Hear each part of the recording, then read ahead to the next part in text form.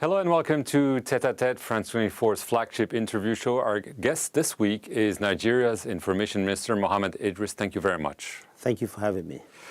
There's a lot of concern around the world about a potential global trade war. Are you concerned that this could worsen the situation in your country, Nigeria? Well, there's always concern, like you said, around the world, and Nigeria is no exception. We're a player on the global scene, and therefore, and mind you, the tariffs also affecting us. So we have our concerns, but it's heartwarming to hear that there is a pause now. Let's see what that does, and we do hope that at the end of the day, the Nigerian and other governments around the world will find the right balance for it. We don't want this to escalate. We want to have the right balance for everyone to practice trade. Obviously, the oil sector is major, 80% of the country's exports. There is a crisis, and Nigeria's production is declining. The president just fired the leadership of the national oil company. There are troubles in the Delta region. Are we seeing a full-fledged crisis in the oil sector now, with also the prices declining?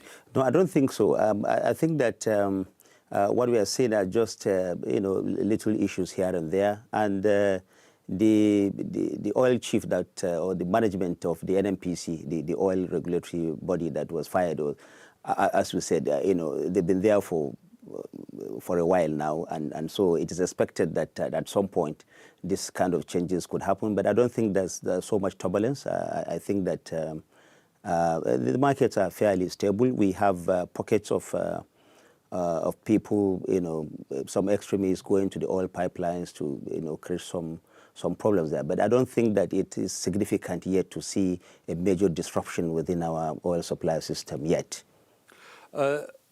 According to the International Monetary Fund, the GDP per capita in your country has fallen 72% over the past decade. Obviously, this is a major issue. It means the Nigerians are poorer than they were 10 years ago. What are you doing to prevent this slide from continuing? I also hope that you have said that since the government of President Bola Ahmed Tinubu came in, there has been some upward movement. In the first quarter of 2024, we saw the GDP moving from about 2.3% to about 3.84%. And we already begin to see that indication that is going to go even further up. So yes, we had this decline in the last decade, but also seen some movement up, and I think that it's going to get better. How important is trade partnership? I mean, we talked about the United States, but Europe and France for a country like Nigeria that is essentially exporting oil. Well, you can see that's part of the reason why the France Business Forum held its meeting early this morning in Paris, and a lot of Nigerian officials were here. We have about 7 state governors who attended, and I came also as representative of Nigerian federal government. I was also there, and what we're trying to do is to follow through with the kind of discussion that President Bola Ahmed Tinubu had with President Macron last November during a state visit here. So we are seeing some movement, and we are seeing that there's an indication that because of the kind of new partnership, for example, that France is forging with Nigeria, our business environment will certainly improve, and we do see that already beginning to show signs of happening. I want to talk about the regional situation. 4 countries in Western Africa have seen coups happening. Are you afraid that this coup era could spread, including in your country, Nigeria? No, we don't have that fear. Why not? As such, we have fairly strong democratic institutions in our country. We've been running a democracy now in the next 2 months, our new democratic experience since the last one will be 26 years. So fairly, we are getting stronger. The institutions are becoming more institutionalized, and we don't have that fear. Of course, coups are not desirable. We don't want them to happen anywhere. We encourage people to go democratic. That is the way to go. But in our country, it's not so much for fear of coups. We don't see that happening. Right. 3 of those countries, Mali, Burkina Faso, and Niger, left ECOWAS, the regional organization, and created the Association of Sahelian States. During the last coup in Niger, ECOWAS, and especially Nigeria, warned about a potential military intervention, and then nothing happened. Basically, the coup leaders can have a coup and no trouble anymore from the region. Why is that? Well, you have to know that Nigeria currently holds the leadership of ECOWAS. President Bola Ahmed Tinubu is chair of the sub-regional body. And of course, you have to always find ways and means of ensuring that there's stability. Niger, that is our immediate neighbor, they are bordering about 7 or 8 states between us, about 8 states in Nigeria having borders with Niger Republic. Our brothers and sisters are just divided by some borders. And so we feel that there is the need for us to take it easy with them. But you wanted to intervene militarily. I mean, there were rumors of boots on the ground. Well, this is not just a Nigerian affair. It is an ECOWAS position.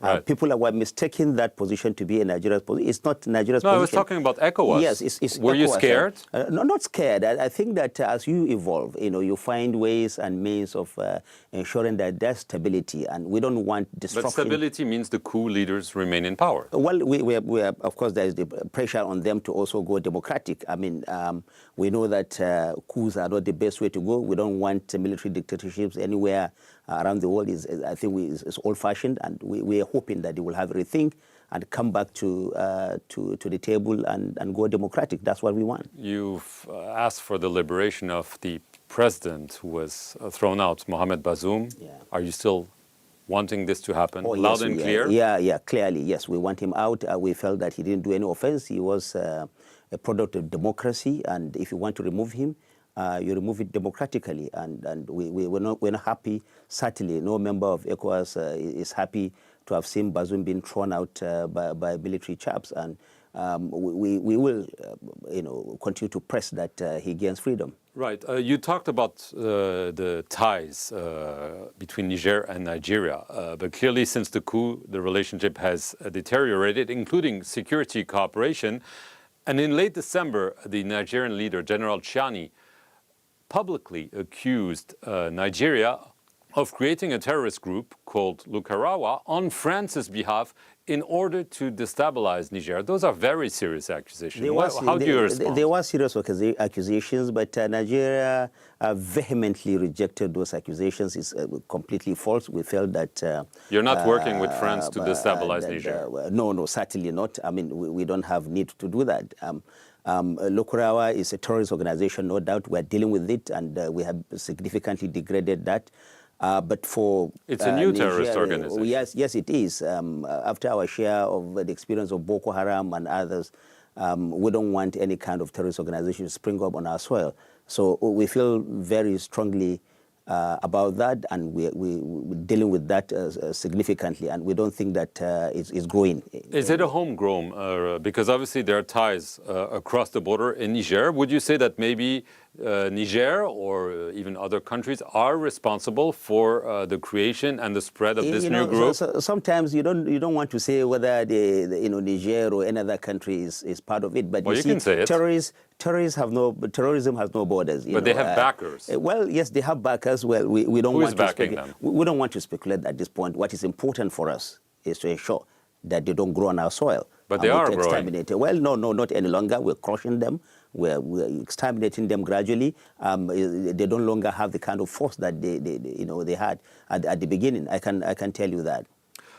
You mentioned Boko Haram. There's Boko Haram and the Islamic State West Africa province, as it's known. Yeah. This previously we were talking about the Northwest, now the Northeast.